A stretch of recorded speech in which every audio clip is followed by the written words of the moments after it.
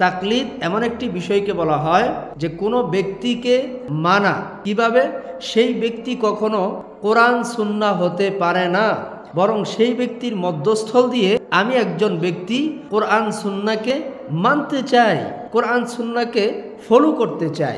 সেই সুবাদে ইমামে আজম আবু হানিফা রহমতুল্লাহি আলাইহি তিনি কোরআন এবং সুন্নাহর হুজ্জত নন। ইমাম শাফি রহমতুল্লাহি আলাইহি তিনি কোরআন এবং সুন্নাহর হুজ্জত নন।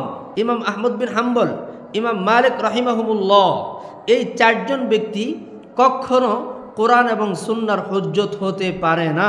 ওয়া উলিল আমরি মিনকুম, মুফাসসিরিনে কেরাম বলেছেন উলুল আমর দ্বারা উদ্দেশ্য কি? উলুল আমর দ্বারা উদ্দেশ্য হচ্ছে ফকি বা ফুকাহা, আইম্মায়ে মুজতাহিদিন যেনারা ছিলেন তারা। আসসালামু আলাইকুম ওয়া রাহমাতুল্লাহ। আহনাফ টিভির পক্ষ থেকে সকলকে জানাচ্ছি আন্তরিক শুভেচ্ছা ও মোবারকবাদ। প্রিয় দর্শক, আজকে যে বিষয়টি নিয়ে কথা বলতে চাচ্ছি সেটি হচ্ছে তাকলিদ, অর্থাৎ মাযহাব মানা ছাড়া ডাইরেক্টলি আপনি কোরআন হাদিসকে কখনো মানতে পারবেন না। প্রিয় দর্শক, তাকলিদের ব্যাপারে বা আইম্মায়ে মুজতাহিদিনদেরকে অনুসরণ করার ব্যাপারে কতটুকু অনুসরণ করা যাবে, কোন কোন বিষয়ের ক্ষেত্রে অনুসরণ করা যাবে এবং কোন কোন বিষয়ের ক্ষেত্রে অনুকরণ করা যাবে না, সেই বিষয় নিয়ে মূলত আজকে সংক্ষিপ্ত আলোচনা করার চেষ্টা করব। যদি ভিডিওটি ভালো লাগে অবশ্যই লাইক, কমেন্ট এবং সাবস্ক্রাইব করে পাশে থাকবেন। প্রিয় দর্শক, চলুন তাহলে তাকলিদের বিষয়ে আলোচনা করা যাক। প্রিয় দর্শক, তাকলিদ মানে অনুকরণ করা, অন্ধভাবে নয়, দেখে শুনে অনুকরণ করাকে তাকলিদ বলা হয়।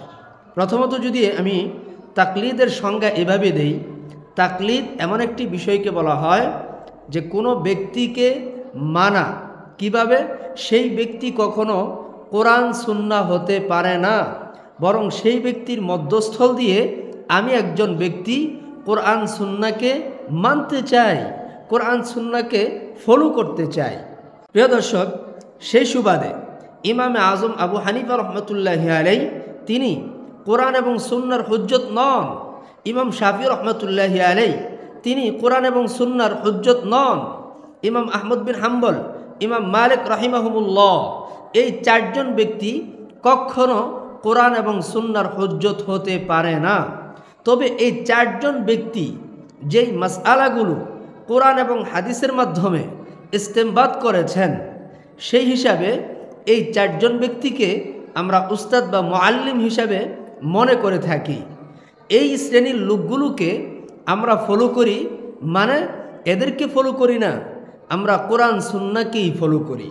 প্রিয় দর্শক, এ ব্যাপারে আল্লাহ সুবহানাহু ওয়া তাআলা পবিত্র কালামে মাজিদে ইরশাদ করেছেন, আতিউল্লাহ ওয়া আতিউর রাসূল ওয়া উলিল আমরি মিনকুম।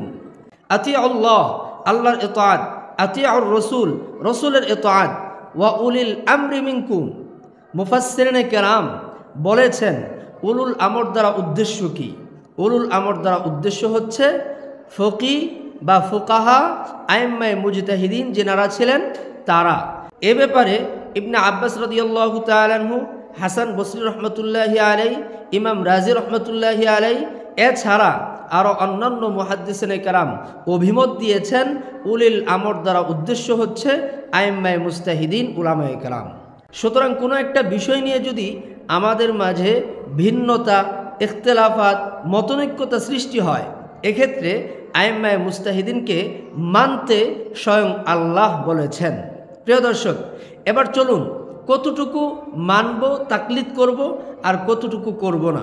দেখুন, আমাদের আহকামে শরঈয়ার মধ্যে যে সকল বিষয়গুলো একেবারে সুস্পষ্ট, যে ব্যাপারে কোনো ধরনের মতনৈক্য নেই, ইখতিলাফাত নেই, যেমন ধরুন 5 ওয়াক্ত সালাত, 5 ওয়াক্তের ব্যাপারে কারো কোনো মতনৈক্যতা নেই। রমজানের রোজা, যার ব্যাপারে কারো কোনো ধরনের মতনৈক্যতা নেই। হজ্জের ব্যাপারে কারো কোনো মতনৈক্যতা নেই।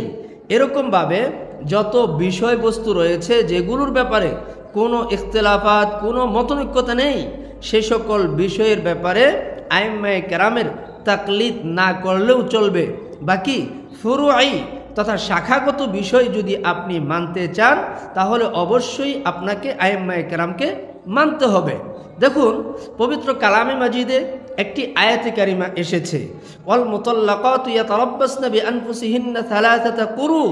আল্লাহ সুবহানাহু ওয়া তাআলা বলেছেন, যারা তালাকপ্রাপ্তা মেয়ে মহিলা আছো, তোমরা 3 কুরু পর্যন্ত ঘরের ভিতরে আবদ্ধ অবস্থায় থাকো। এই কুরু বলতে কি বুঝিয়েছেন? কুরুর শাব্দিক অর্থ যদি আপনি ডিকশনারি খুলেন তাহলে দেখবেন কুরুর অর্থ হায়েজ তথা মাসিক, আবার কুরু এর অর্থ তুহুর। এখন আপনি এই কুরু এর অর্থ কি নেবেন? তাহলে বোঝা গেল একই শব্দে দুটি অর্থে দাঁড়াচ্ছে। এক্ষেত্রে আপনি অবশ্যই আইম্মায়ে মুস্তাহিদিনকে মানতে হবে। আইম্মায়ে মুস্তাহিদিন কী ধরনের মতামত পেশ করেছেন। দ্বিতীয় নাম্বার, আরও জটিলতা রয়েছে। একই হাদিসের মধ্যে বলা হচ্ছে, মান লাম ইয়াকরা বিফাতিহাতিল কিতাব, যেই ব্যক্তি নামাজের মধ্যে সূরা ফাতিহা পড়ল না, সেই ব্যক্তির নামাজ হলো না। অথচ এই হাদিসের বিপরীত হচ্ছে, যেই ব্যক্তির ইমাম আছে সেই ব্যক্তির কেরাত লাগবে না, ইমামের কেরাত মুক্তাদির কেরাত। তাহলে এই যে একটা জটিলতা, এই জটিলতার নিরসন কিভাবে করবেন? এই নিরসন করার জন্যই ইমামের আবশ্যকীয়তা। প্রিয় দর্শক, শুধু কি এটাই? কোরআনে কারিমের মধ্যে আরও এমন কিছু বিষয়বস্তু রয়েছে, রসুলের হাদিসের মধ্যে আরও এমন কিছু বিষয়বস্তু রয়েছে যেগুলো সাধারণ মানুষ, সাধারণ আলেম উলামা মানতে সচেষ্ট নয়। ডাইরেক্টলি মানতে গেলে মুজতাহিদিন উলামায়ে কেরামের প্রয়োজন হয়। তাই প্রিয় দর্শক, আমার এই ভিডিওটির মাধ্যমে আমি আজকে বোঝানোর চেষ্টা করেছি তাকলিদ কতটুকু করতে হবে, কতটুকু না করলেই নয়, এবং আইম্মায়ে মুস্তাহিদিনকে মানার ক্ষেত্রে মুফাসসিরিনে কেরাম উলিল আমর দ্বারা কি বুঝিয়েছেন সেই বিষয়টি আমি সুস্পষ্ট করেছি। যদি ভিডিওটি ভালো লাগে অবশ্যই সাবস্ক্রাইব করে পাশে থাকবেন এবং নিত্য নতুন ভিডিওগুলো পৌঁছে দেওয়ার দায়িত্ব আমার। আসসালামু আলাইকুম ওয়া রাহমাতুল্লাহ।